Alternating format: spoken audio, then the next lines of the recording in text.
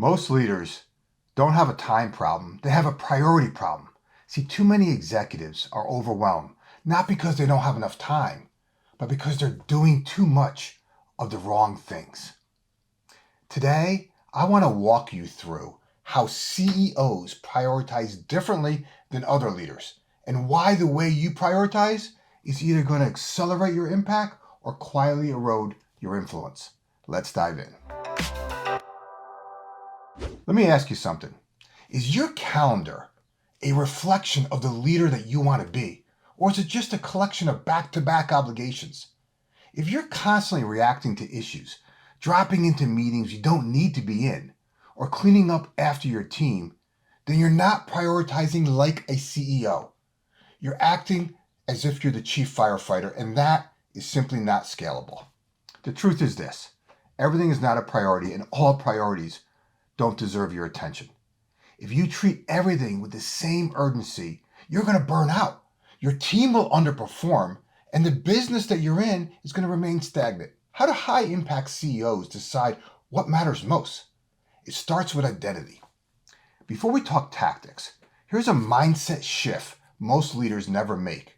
You have to define the leader that you want to become, because until you do, your decisions will always be reactive. I once worked with a COO who said she wanted to be known for building a collaborative leadership culture. But she dominated every meeting. She jumped in to solve every issue and unknowingly trained her team to look for her for every decision. She didn't need a time management tool. She needed to align her actions with the kind of leader she wanted to be. This is where the real shift begins. When you choose to be different, you begin to do different things. And once you do those things differently, you'll start to have different results. Let me give you a personal example. When I was younger, I had this backwards. I thought I needed to have something first before I could be the person I wanted to become. I would say things like, when we have more clients, we'll be able to do more things and everyone will be happy. What I learned is that my thinking was backwards. Once I became the leader my team needed, they creatively did more things, and we had the results that we all desired. Going back to that COO I just mentioned, when she started creating space for her directors to lead discussions and make decisions, something incredible happened. Team morale improved, strategic decisions were made faster, and she gained valuable hours back each week. That kind of profound shift only happens when you constantly choose to be different. But this isn't a one-time shift. It's a daily habit. Every morning, you have to ask yourself, are my actions today aligned with the leader I say I want to be? Second, you got to make the call, even when it's uncomfortable. Your ability to prioritize is directly related to your ability to make decisions. I coached a founder who delayed replacing an underperforming executive for like 6 months. He knew that person wasn't the right fit, but he kept waiting for the perfect timing, waiting for a smoother exit, waiting for another excuse to delay every uncomfortable decision. In the meantime, the business growth stalled. Tension amongst his team grew, and the top performers started checking out. When he finally made the call, he said something that I'll never forget. I thought I was protecting the team, but what I was really doing was avoiding the hard part of leadership. That was a defining moment for him.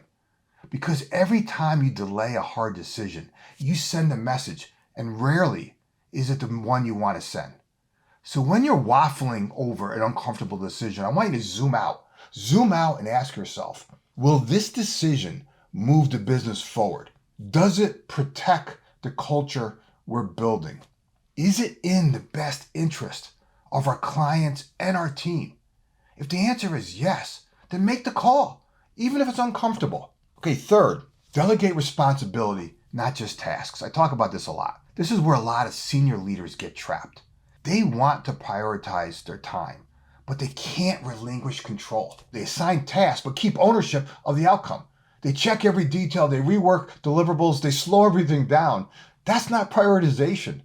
In my mind, that's micromanagement dressed up as a commitment. CEOs who scale don't just delegate tasks, they delegate the responsibility of the function.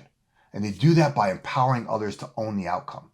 They say things like, here's what success looks like. You own it. I'm here if you need support. They define the parameters, set clear outcomes, and then they step back.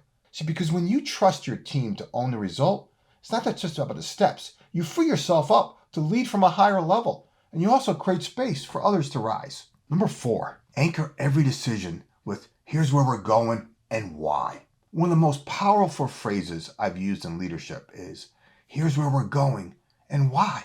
See, this one sentence changes everything. It gives your team clarity, it gives your decisions context, and it creates alignment without needing to micromanagement every step. See, when your team knows the destination and they also know the reason behind it, they stop guessing, they stop hesitating, and they start focusing on the thing that's most important, which is execution. See, leadership isn't about keeping everyone informed. It's about keeping everyone aligned and moving in the same direction with purpose. Here's where we're going and why. I encourage you to use this phrase often. Let it become part of your leadership language. Lastly, number 5, treat your time like a venture capital.